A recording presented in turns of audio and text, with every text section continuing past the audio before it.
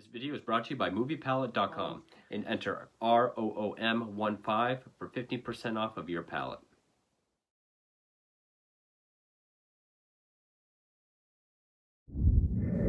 Hey horror fans, welcome back to Room237, back with another review as I continue my run through of films based on real life serial killers. And this is another one that's going to be kind of different. I haven't quite done one like this yet, or one with a story like this yet. This is one that I really wanted to check out because I heard it was really good. And it is a film by IFC, which if you follow my channel, you know I'm a huge fan of IFC. They're right up there with A24 as my second favorite modern film company. I love IFC. And I've always been interested in this story because it's not a cult. I wouldn't call it a cult. I don't even know if I call it a gang, really.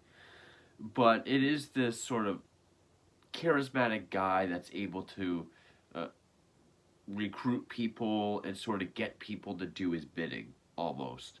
Not quite like Manson, but because they are like-minded people, but it's also a case that I'm not super well versed in.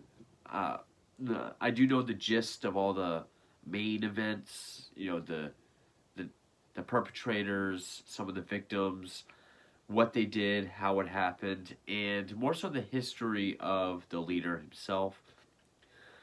But so it was kind of hard to tell with this film what's factual, what's not. This was one of the few I kind of had to look some stuff up, which there wasn't a whole lot on because the movie doesn't really. It's not one of those step-by-step movies where it's telling you it's not one of those things to like learn chronological events of the case. It's more of like a slice of life film where we just kind of see the life of these people, and every once in a while there's a murder. So it doesn't really focus on factual events, even though all the people in it are the same names, and it does portray the murders. All the relationships are the same. It's just more of this world that they live in, which I thought was really different. Whereas with every Bundy and Dahmer film, it's like, okay, this thing you know about, this thing you know, all these key events. This one, not so much. It came out in 2011, and it's the film Snowtown, which of course is based on the Australian Snowtown murders, also known as the Bodies in Barrels murders, which I've read up on. The podcast that I listened to, I've listened to that episode a few times. You know, because when I'm at work, I'll just listen to the whole podcast playlist numerous times, so I've heard it a couple times. But this movie kind of reminds me of something like Kids or Gummo. It does kind of remind me of like a Larry Clark or like a Harmony Korine type film.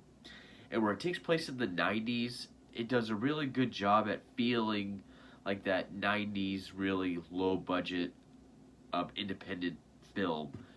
The way it was shot, the way it was acted, the way it looks, it reminded me of stuff like Kids or Clerks or something like that. Which it was directed by Justin Kurzel, which this was his directorial debut. So, I mean, great job with that. I don't know if he's done anything since. The show The Turning, Macbeth, Assassin's Creed, Nitram, True History of the Kelly Gang. So nothing else I've seen. But it was written by Sean Grant and Kurtzel. And it stars Daniel Henshaw as John Bunting, John Bunting, he's the ringleader. He's sort of the Charles Manson of the Snowtown murders. Which, I know I've seen him before. He was in The Babadook. He was in... I did not see Ghost in the Shell. I did not see Okia. So it must have been The Babadook that I've seen him in. But also Lucas Pitaway, Louise Harris. Adam Archipod did the cinematography. Jed Kurtzel, I'm guessing he's the older brother of the director. I really like the score. The score really was like this really ominous IFC or A24 sounding score. Especially this one part when we see the bank vault, which people that know the case will know what I mean, where it's just this like chug of a cello, chung, chung, chung, and it's very eerie. Has a very well done eerie score. It was released May 19th, 2011. It's my mom's birthday, and it was made for 2.3 million. Uh, it does not look like that. It looks a lot cheaper. Now, Lucas Pitaway, I don't know if he was in anything else. I don't think he was, because from what I've read, most of these people, I think, apart from Henshaw and Green, who was Green? Richard Green as Barry. I'm guessing is who they mean. So I guess other than the lead, John Bunting, and this guy Green, the actors were all locals with no acting experience, whom Kurtzel had found in the area where the murders occurred, with most from Daverin Park. Kurtzel grew up in that area. Okay, I did not know that. So kind of like Gummo, kind of like what Larry Clark or Harmony Korine would do. He would just go to a place, be like, okay, you look interesting, you look good, and you wouldn't know it because the acting in this movie is very well done. Lucas Pitaway, he reminded me of like a young Heath Ledger, or kind of like a young Michael Pitt, sort of. Definitely looks more like a young Heath Ledger. He did a really good job. He doesn't speak much. He really does a lot with his facial acting, his reactions, and even that he does a great job. The cast is great in this. I really enjoyed this movie. I was watching it and I was thinking, because I think it takes like an hour, around an hour. It's 2 hours long. I think it was, some of it might have been cut because it was like an hour 56 on YouTube. Because this is another one that I found on YouTube, which I'm glad because I wanted to check this one out. But yeah, it felt like almost an hour before we even get a hint of a murder, or that we're shown that, okay, this new guy, John, that we're introduced to, is a killer. And so it is mostly just day-to-day life stuff. I mean, it's told through the eyes of his youngest accomplice, or a recruit, if you want to call him that, Jamie Vlasakis, who was John Bunting's stepson. He was 13 when they met, and by the time Jamie was 18, he was already helping out with the murders. It's told through his eyes. So we open up with his life. We see John Bunting come into his life, start dating his mom, eventually marry his mother, which I don't think the film shows. This movie doesn't really go into detail about these people's lives, which I actually thought was kind of interesting. I mean, we'll catch a scene where they're having dinner, then it's like a birthday party, then they're just watching TV, then they're doing something outside, or they're driving. It's basically, it almost feels like a collection of home movies at times. Not in the way it looks, just in what we're shown. It really depicts the mundane life in this sort of poor neighborhood in South Australia. Which even then, just the location and the atmosphere has kind of a Gummo type feel to it, which is very effective. And I've seen this movie come up on lists of like most disturbing or most shocking films. There are scenes that are either uncomfortable or really upsetting without showing anything. Like, it's more the implication of what happens next, and that's one thing this movie does a very good job at really implying everything. We really only get one scene of someone being attacked and tortured and killed. Other than that, we sort of cut at the very last second before anything happens, but with the mood and the music and just the way things are feeling, you know what's going to happen. So that scene with that attack, just having that in your head and knowing this is now happening to these people, it it does make it very effective. I was actually also thinking of Henry Portrait of a Serial Killer during this movie because, in a way, it really is like a slice of life, only Henry takes place over the course of a week. This is supposed to take place over the course of 6 years, yet no one ages because Jamie has a large family of brothers, half brothers, stepbrothers, and his younger siblings don't seem to age. It's supposed to take place between 92 and 99, but they don't age. There's no dates or anything to really show that time has passed. The murders, I was going to say they feel close together, or at least from the second half on, they feel kind of like they're one after another. There's really no sense of time passing or, jumping from year to year. Which, again, 12 people were murdered in the Snowtown murders case. Which at one point during 97 and 98, there were periods of those years where there was like a murder a month. I mean, like September, October, November, or, like, I think it was like that time of year each year, but, for a period there was like a murder a month for a couple of those years. And then they might go like 6 months without one. But yeah, the film makes it feel like it's all close together.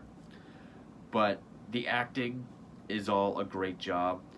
We don't get anything from police or anything. It really is super, super narrow focused on not just this family, but this kid, Jamie himself. So I thought that helped keep the film focused.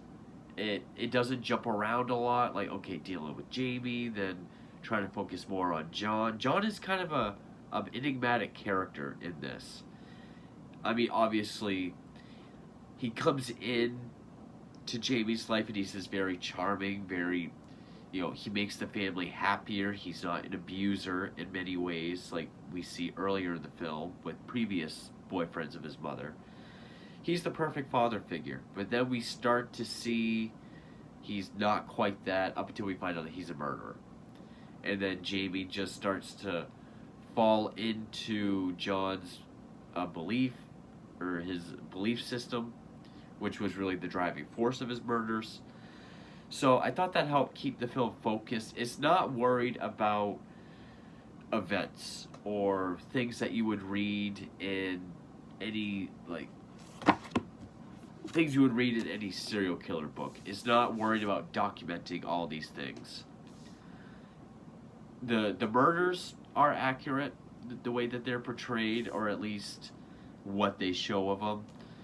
But other than that, everything else, I mean, it really is just, okay, these are these people, this is how they live. Now, it very well could be true. I think there's books out there on the Snowtown murders that are more in depth than what I've read and what I've heard. But as far as I know, the only thing that the movie deals with factually would be the murders or like the relationships with everyone. But, like,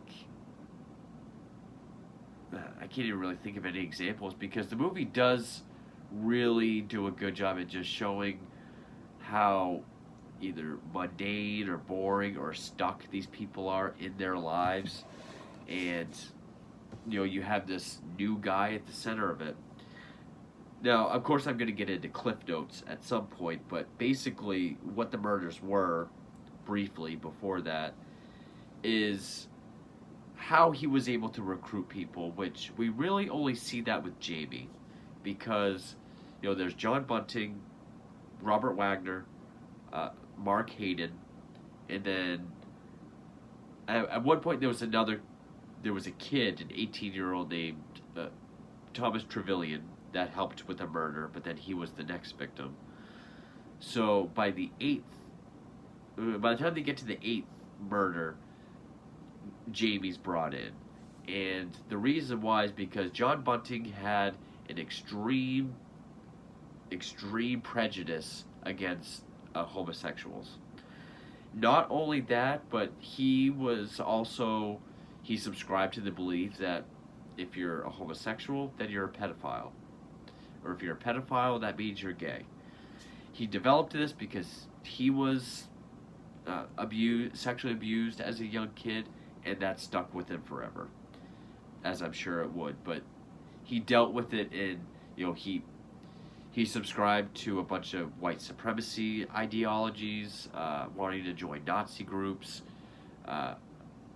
read Mein Kampf and looked up to Hitler, and he set out to clean the neighborhood. And to him, homosexuals and pedophiles were one and the same. So, and Robert Wagner was a grooming victim when Bunting met him. Jamie had been sexually abused by at least one boyfriend of his mother's and his own stepbrother, and he wasn't really able to defend himself, so Bunting stepped in. But because Jamie was already sort of, what's the word I'm looking for? Not infatuated, but he already looked up to Bunting in a great way, so that when he started noticing all the bad stuff about him, he kind of fell in line with it and started subscribing to the same thoughts. So he was able to recruit these people, like-minded people, similar victims to him. But not all the victims were part of that demographic. I mean, the film shows that one young man was killed because he looked like the stepbrother. Jamie's other stepbrother was killed because he was a yuppie. They have to go after Mark Hayden's wife because he told her about the murders. It only shows a few. I think it only shows the ones that Jamie was involved with, which was 4 of them. Which even that I don't think is entirely true, because from what I've read, he wasn't there for Elizabeth Hayden, which is Mark Hayden's wife. I don't think he helped with that. But still, it focuses on everything involving Jamie. He's the main character. The movie's told through his perspective. So we see the first victim, which from what I've read online, the reveal in that scene actually shows him and another victim, which the victim they show there was actually the 5th victim. But I think the reason why they did it in the movie is because the 2 victims were linked together. One was a homosexual pedophile, and one was either one of his victims or someone he was in a relationship with. But from what I remember, they only showed the first victim during that scene. But yeah, they really only showed stuff that Jamie was involved with. That's really it. I don't really know how to talk about this film, because it's not your typical true crime film. It's not like a documentary film where it has all these facts in it. It's not even a movie where things happen, really. Just every so often, there'll just sort of be snippets of real life things. And it's not to say the movie's inaccurate, because that's not the case at all. But it really takes its time. It's a slow burn. It really is. It really utilizes each minute to its fullest potential, so that when something does happen, you really feel the gravity of it. And the music and just the way it's shot and composed and everything is very effective. I was super impressed by this film. I can probably see why some people might not like it, either because it's too slow or because it it doesn't really go that in depth. Because it really doesn't. There's a lot that it leaves out. It does leave out a lot of important stuff. At least what I would think would be important. But yeah, I was very impressed by this film. I mean, the acting, the way it's shot, the way it tells the story. I mean, this is probably the closest to like a Henry Portrait of a Serial Killer that I've seen through this entire run through of films. It- because it actually does have, because a lot of serial killer films like Ted Bundy 2002, it can feel a bit slashery, where you kind of lose the gravity of it, or you lose it, kind of loses its impact.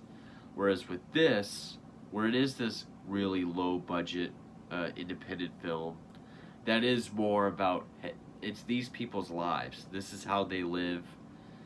This is just what's going on with them. Here's their life most of the time. But every once in a while, okay, here's what's going on with a murder or their victims, or this is where the murders are taking their life now. And it does it in a very unsettling, rather disturbing kind of way, and I really commend it. This movie is very effective. Some people will disagree because it doesn't show everything. It's not August Underground. It's not a Serbian film. You know, to me, things are more effective when it's implied or all the stuff. For me, it's also the buildup. I mean, there's this one victim with uh, he has some sort of a mental handicap, and Jamie befriends him for the purpose of Bunting and Wagner being able to get to him and kill him. And just the way that scene plays out, just so that when you kind of just see them close in on him in the room, and then we just sort of fade to black with the music, already knowing what's going to happen to him because we saw what happened with the other victim, it makes it more effective. More effective that way than if they had shown it. So, yeah, I thought this movie was very good. This was a very solid film. I will say I already forgot his name, but the guy that plays John Bunting, uh, Daniel Henshaw, he does look a lot like Bunting, especially. Well, he does have the beard throughout the whole movie, and I've seen pictures of Bunting without it when he was younger. But especially when he's got like the almost shaved head in his beard, he does look quite a bit like Bunting, and he also just does a great job with the acting as well. So yeah, I'm not sure what else to say about it. It is kind of a hard film to talk about because it is so different. It doesn't feel like a true crime film. It feels more like just an independent, almost like a twisted coming of age film. Because even though Jamie was 13 when he first met Bunting, I think it depicts. I think it depicts him as like 16 or something uh, when he first meets him. But yeah, because he was 20. No, that can't be right. It said he was born. Jamie was born in 79, but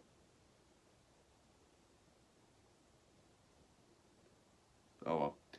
I'm kind of confusing myself, but yeah, I think the film depicts it as like 16 when he met him, but it is so it is kind of a coming of age film, maybe a little bit later coming of age, but like a twisted one with a serial killer and flavor to it. But very, very good. It is on YouTube. If you like IFC films, definitely check it out. If you like Henry Portrait of a Serial Killer, maybe you won't think it's that disturbing, but it definitely is a slow burn. You got to remember that it's a slow burn, but the acting really carries it. And you know, this was a case that I did find very fascinating because it is about this really charismatic character that's able to recruit people and just put his extreme radical views and helping him, you know, sort of do his bidding. So very, very good film. I was very impressed. So with that, I guess we'll get into the clip notes and then sort of go through the film itself. So as always, I like to give a brief clip notes or like a brief summary of the killer that the film was based on. So the Snowtown murders, or the Bodies in Barrels murders, is one of Australia's most notorious murder cases, in which 12 people were murdered between August 31st, 1992 and May 9th of 1999, which during periods of 97 and 99, there was almost a murder a month. These were committed by a group of men, Robert Wagner, Mark Hayden, and the leader, John Bunting, the name mostly associated with the case. Bunting's 18-year-old stepson, Jamie Vlasakis, would be recruited by the eighth murder, and another 18-year-old, Thomas Trevelyan, was involved with the fifth, though he would become the sixth victim. The group, under Bunting's extreme prejudice, would target homosexual men and pedophiles, of which Bunting thought were one and the same. He had these views from a young age after being sexually abused by a friend's brother. Later on, he would even be kicked out of white supremacy groups for being too extreme. His charm, charisma, and radical views aided him on recruiting Wagner, who was a victim of grooming and sexual abuse, and his stepson Jamie, who was sexually abused by multiple people, including one of his own stepbrothers. The victims were not limited to this demographic, though. Some were the result of Bunting's affairs, Hayden telling his wife about the killings, Jamie's other stepbrother for being a, quote, yuppie, and one young man just for looking like one other victim. They would attack, handcuff, and ritualistically torture their victims by crushing their toes with pliers, stubbing cigarettes out of their face, mutilation of genitals, including sticking sparklers in the urethra, and finally strangulation, but not before extracting bank information. They would also record the voices of their victims saying that they're running away to play for their families over phone calls, and they would also send letters as if they were still alive. They kept the bodies in plastic barrels. Bunting was said to not have a sense of smell, so he was never able to tell the risk of storing bodies in barrels. After a point, they stored the barrels in a vault of an abandoned bank in which they rented, which is where they were found in May of 1999. They were all found guilty, with Bunting being charged with 11 of the 12 murders. And so now we come to the film itself, and even the opening scene kind of lets you know, okay, this is going to be a film that kind of goes there. Because we see Jamie, I'm stuttering so bad, Jamie Vlasakis, with his, I think, two younger brothers. They're at the breakfast table with this guy, and then we just see one by one just standing in this room in their underwear. We hear the click of a camera, and then we just cut to the empty kitchen table where the guy just walks to it naked, sits down, and starts eating again. That's the opening scene. So we find out that's the mother's boyfriend. It never says his name, so I tried to look up who exactly it was. From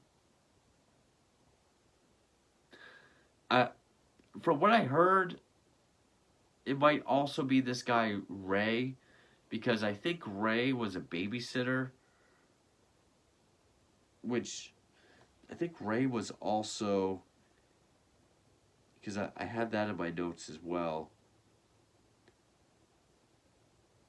He was a child molester in their area. I don't know if he was the one that would babysit them at times, but in any case, but then we see Jamie's mother, Elizabeth Harvey, her gay friend Barry Lane, cross-dressing friend Barry Lane comes over, and says, I have to tell you something. And then she goes and attacks the guy across the street that did that to her sons. Now, I think that's true. Of all that, I do know that she had a gay friend named Barry. Of course, he would go on to become a victim as well. The film doesn't show it, but there was a scene that was filmed in which it shows Wagner, one of the accomplices, in a relationship with Barry, which I believe Barry was the one that Bunting got Wagner away from. When he first met Wagner, he found out Barry had been grooming him since he was like 13. They'd been in a relationship, but Wagner wasn't homosexual. I guess he was brainwashed. So Bunting was able to get him away from this Barry guy. And he would go on to be a victim as well. Which, that guy, side note, Barry, he was victim 5 in 1997. He was the one that was killed with the Thomas Trevelyan accomplice, which he was another one that he had touched. Wagner and Bunting had attacked him, brought him somewhere, they tortured him, brought him back to his house, to Bunting's house. He went and got Elizabeth Harvey, Jamie's mother, to come out and help, when she stabbed him in the legs a bunch of times, and then helped Wagner strangle him. They actually stored him in his, it wasn't his house, at his fiance's house. They rolled him up in a carpet and left him in the house. And, he was there for 4 days. She said every time she went to go feed the pets, she would have to step over the carpet, not knowing that he was in there. Crazy story. But we're introduced to that character. So then we're introduced to John Bunting, who is Elizabeth's new boyfriend. And right off the bat, he starts harassing the guy across the street. Revving his dirt bike on his lawn late at night. Throwing bloody kangaroo parts at his house. Buying all the boys ice cream so they can go write this one word that rhymes with tag on the window. They do that until he moves away, which I do believe that did happen. John becomes a father figure to all the boys. True. Jamie really starts to look up to him. Now, the half-brother Troy, I think, Troy Udy, I believe was his last name, he sexually assaults Jamie. They're wrestling, he's got him pinned, and the camera's very still, it holds on him, and we just kind of see him get the position he needs, and it shows quite a bit of it. But from afar, the film's very voyeuristic, which also makes it very effective and kind of disturbing. So then there's the scene where John asks Jamie why he never sticks up for himself, which I believe happened. I think one of them had shared the story about how that happened. Shows that John hates Barry, because not only is he homosexual, but he groomed Robert Wagner from an early age.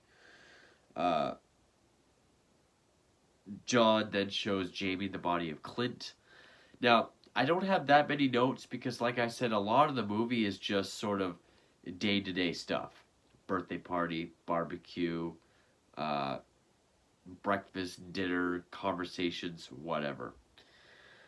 But we are introduced to this one guy named Clint, which Bunting in his room has this, cork board with all these pictures, I guess, of all the local guys, with all the local gay guys, with all these notes saying, I'm coming to get you, and all this red yarn that just webs to a picture of Barry right in the center.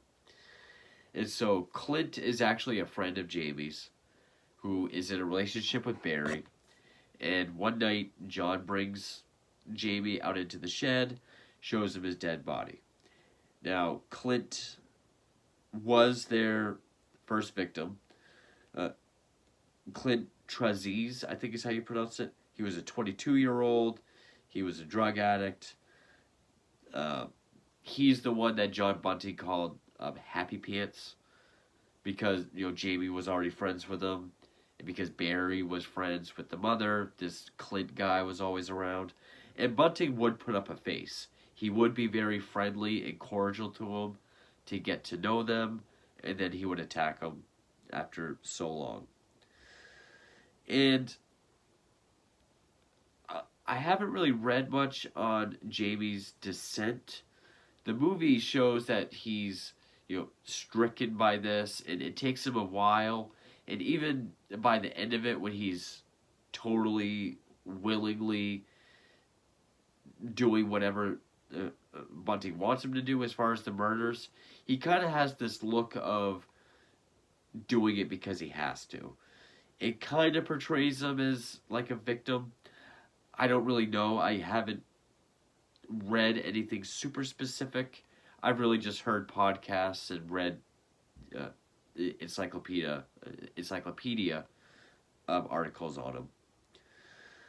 But so then a bunch of other stuff, everyday stuff happens, and then Bunting and Wagner decide to torture and kill Troy. The way it's depicted is Troy's in bed.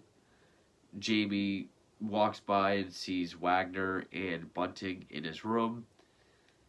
But then the camera just kind of pans out, pans back through the hall, and we just hear beating and yelling. It echoes through the hallway, which very effective. I really like how that was done. They drag him into the bathroom, they cuff him in the bathtub, and they start torturing him. Now, from what I've read, Jamie was the one that handcuffed him, but he's kind of standing by, watching in shock.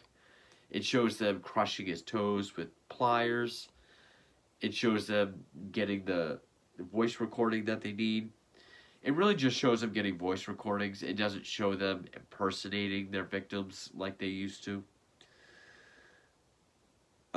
It doesn't show how they make Troy call them Sir, God, Master, and Chief Inspector, and then torture him more if he got the names wrong. But then finally Jamie comes in and strangles him out of mercy. I don't remember if that... I couldn't find anything if that was the actual cause of death, or it was the cause of death, but if it was Jamie that did it out of mercy or not. But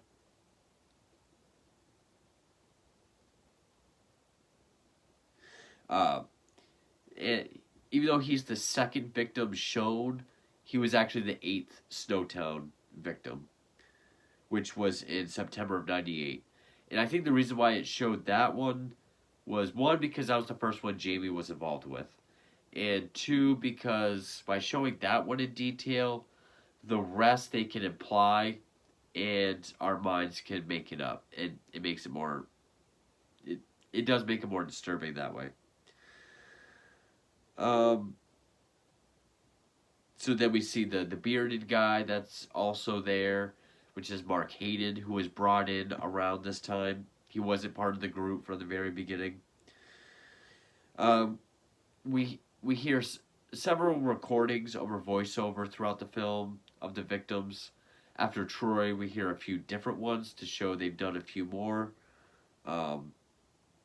which they would also write letters. We see one other victim. It seems like all murders are in their house, which I think is true. But I've read conflicting things where the barrels were kept either in random locations around southern Australia, or they were all kept in Mark Hayden's shed. The movie makes it look like it was in John's shed. I'm guessing when we see them move from the house in the beginning to the one they will be in is sort of the marking point of when John and Elizabeth get married, because it doesn't show the wedding at all. But we see Jamie start to use drugs, which John does not tolerate. We see them trolling this one other victim, I think in a playground, and this was the scene I was talking about that can be very upsetting, especially the way it's done. Bunting just kind of says, yeah, this guy. And I don't know if they come out and say it, but in real life, if this guy is based on the one I'm thinking of, because there were two male victims back to back, both of which had a mental handicap. One, I think, was born with it. One was got it after a car accident. But I think this was the second one, whose name was Gary Dwyer, and it depicts him as being having some sort of disability. He's friends with Jamie. He invited him over. He gets all excited, shows him how he feeds his snake.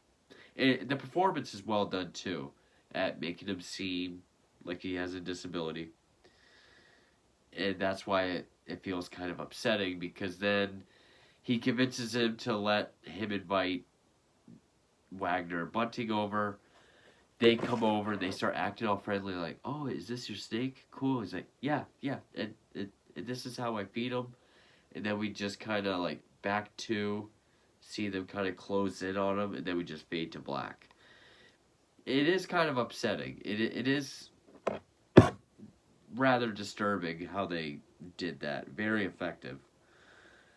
So yeah, I think that's supposed to be Gary Dwyer, because he was killed in his home, whereas the other guy with a disability was brought back to their house.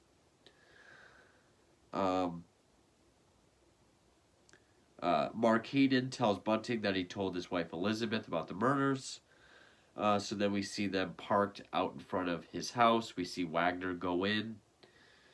And then Bunting and Jamie have a rough talk about drugs, and keeps pushing his head against the window. Now, the way Elizabeth Hayden was killed was it was November of '98. Bunting and Wagner went over and killed her in the bathtub. They had to do some doing to get Mark out of the house for a couple hours. So then when he came home, they said she made sexual advances, and when they said no, she stormed out of the house. How he couldn't know, I have no idea. So then, I think it implies that around this time the phone lines have been tapped, because I can't remember why, but there was a suspicion around this time that put Bunting and Jamie and the rest on surveillance, and Bunting's phone lines were tapped. Because it shows Jamie going up to the phone, hitting 000, which I think is their emergency line in Australia. And it shows Bunting kind of stepping into frame, looking at him kind of suspiciously. And then this scene, with the way it's orchestrated, with that chung, chung, chung, that cello chug, that sounds like it would be an A24 trailer. He's like, "Come on, gotta take you somewhere," and they don't tell him where. This is when they go to the abandoned bank that they're. It doesn't say that they're renting, but in real life they were renting it for like $60 a month. And they go in the bank, they go in the vault, they show that they've stored all their barrels in there. It kind of makes it feel like a mob hit, where like if you don't know the story, you think maybe they're gonna kill off Jamie, because it's kind of like this tracking shot, almost like a Kubrick shot, where he's walking towards the camera just keeps panning back, sort of like the Goodfellas, a Copacabana tracking shot, but backwards. And then with that music, it really builds up, it gets intense. But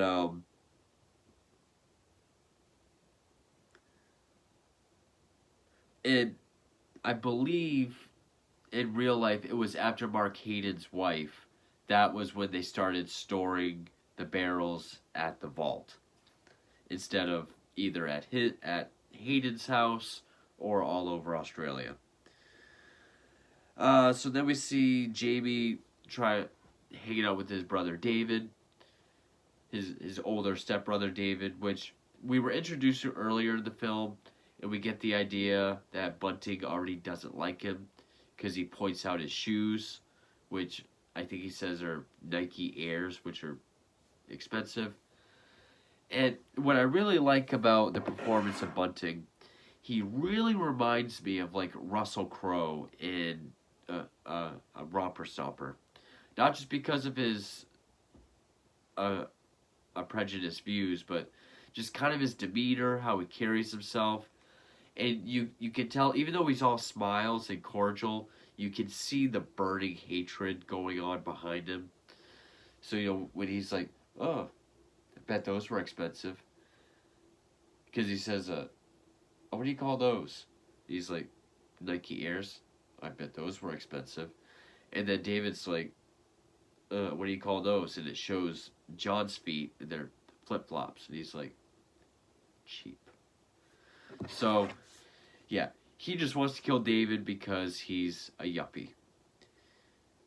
Or at least the film doesn't come out and say it, but that's what it was in real life. So we see Jamie hanging out with David. Another thing with this film, it was really hard to hear the audio because a lot of lines they whisper. It's almost like whisper acting, and with their strong Australian accents, it did make a lot of lines hard to catch. So I don't know if they said it, but in real life, Jamie told David that there was a computer for sale at this friend's house. So David agreed to go check it out and buy it. But they go to the bank, and this was on May 9th of 1999. And the way this pans out, this is like a mob hit too. Because David walks in, he looks around, and he just sees Wagner over here, Bunting over here, just kind of staring at him. Jamie standing behind him. And there's like this long scene of them all just kind of looking at each other. Really drawn out. Where in reality, he was attacked as soon as he walked in the building. But then the movie just ends with this shot of like down the hall from the door. It's all dark. You can kind of see David just standing there, looking back and forth, and you just see Jamie just kind of with his head down, shut the door. Screen goes to black. Again, another scene where it doesn't show it, it implies it. Still very well done. And so then we get the end text, which is May 20th, 99. Police located human remains at an unused bank in Snowtown. Oh, before I get to that, another thing about David. He was the 12th and final victim. I read he was the only one to be killed actually in Snowtown. I read they were all killed in Adelaide. Maybe the earlier ones were killed in Snowtown, or maybe Mark Hayden's wife was killed in Snowtown. I have read somewhere that David might have been the only one actually killed in Snowtown. But he was also the first and only one to be cannibalized. Wagner cut off a slab of flesh. Him and Bunting brought it back to Bunting's house where they cooked and ate it. But he did get the same torture, beatings, and recordings. So then, end text. May 20th, 99, police located human remains at an unused bank in Snowtown. 2 more bodies were found in the backyard of 203 Waterloo Corner Road. And on May 31st, arrests were made. Wagner pled guilty to 3 murders, but convicted of 10. Hayden convicted on 5 charges of assisting in relation to murder. He only confessed to 2 in real life, but he was convicted of 5. And then it says Australia's worst serial killer, John Bunting, found guilty of 11 murders and sentenced to life.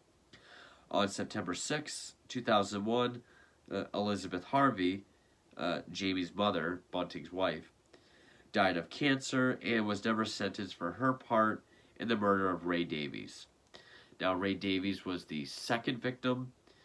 He was a child molester.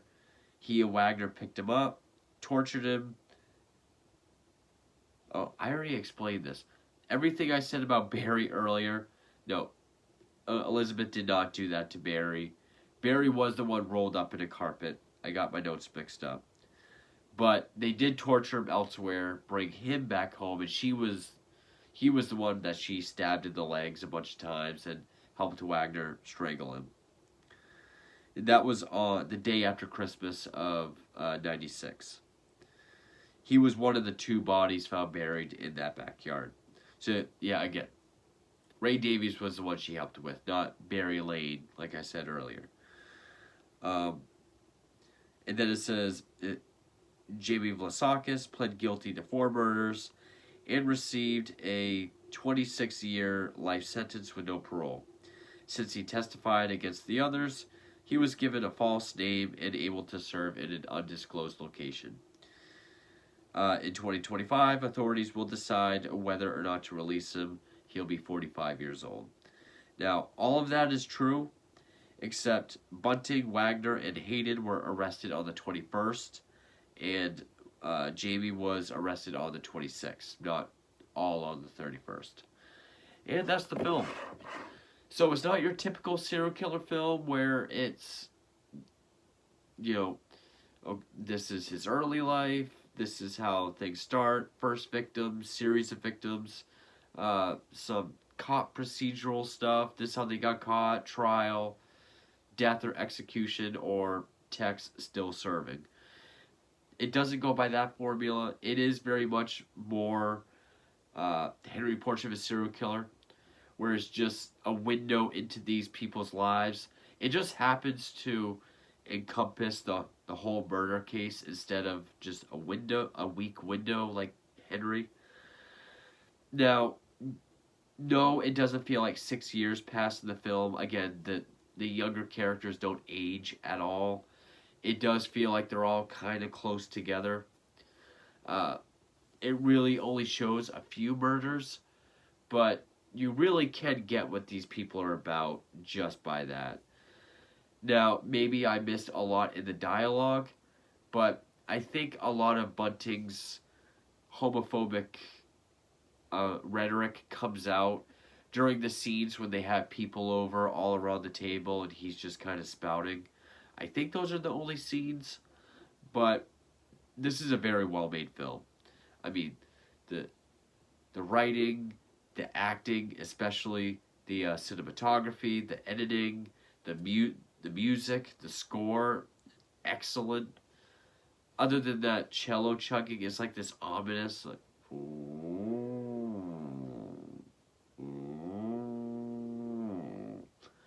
with other instruments in the background. It's, you do feel bad for this Jamie kid. It does paint him as more of a victim than maybe he was in real life. I'm not super well versed in Snowtown. Not like I am Bundy, Dahmer, Gacy, Berkowitz, Ramirez, ones like that. Now, I know the gist of the Snowtown murders and the history of John Bunting, but a lot of the finer details I'm not super familiar with. So I don't know if Jamie was more willing in real life or if he was sort of the tragic victim that the film portrays him as. But it is kind of this just descent into just madness and murder, essentially. All based on these views that Bunting has of people, certain people. And, there is, like, the first act is just, like, pure happiness. There's even a point where John and Elizabeth get in a fight. And then later on, Jamie asks his mother, like, where's John? Oh, he's not here. What happened? We had a fight. And he even tells her, like, don't fuck this up, Mom. Because someone's finally in his life that's taking care of him and the other kids and is nice. So you really just kind of, really see that go to hell. But, and where it doesn't show the murders in graphic detail, the way it's set up, the way it cliffhangs, but the way they showed one with good makeup effects too. I forgot to mention that. Where they showed one in violent detail, the rest that they don't show, it's implied in such a way that it's still effective. Especially that one with that one poor guy with the snake, the disabled guy. I mean, that was a pretty upsetting scene. I found this to be more shocking or more disturbing or unsettling than a lot of films that people say, oh, this is one of the most shocking films ever. Why? Because it shows everything. August Underground Mortem, Edgelord, you know. But yeah, so it might not be one of the best true crime films I've seen in a while, but because it's not really about the true story to an extent, even though the murders are depicted as is. But as just a movie by itself, it is one of the better ones that I've seen in quite a while. So that's Snowtown, one I've wanted to check out since I started my list. I'm glad YouTube had it for free so I could check it out. I would highly recommend it. But yeah, so I'm not sure what other ones I'm going to get to. A lot of the ones that are left are really long. I think they're all TV movies. So we'll have to see what I have time for this weekend. But in any case, thank you for watching.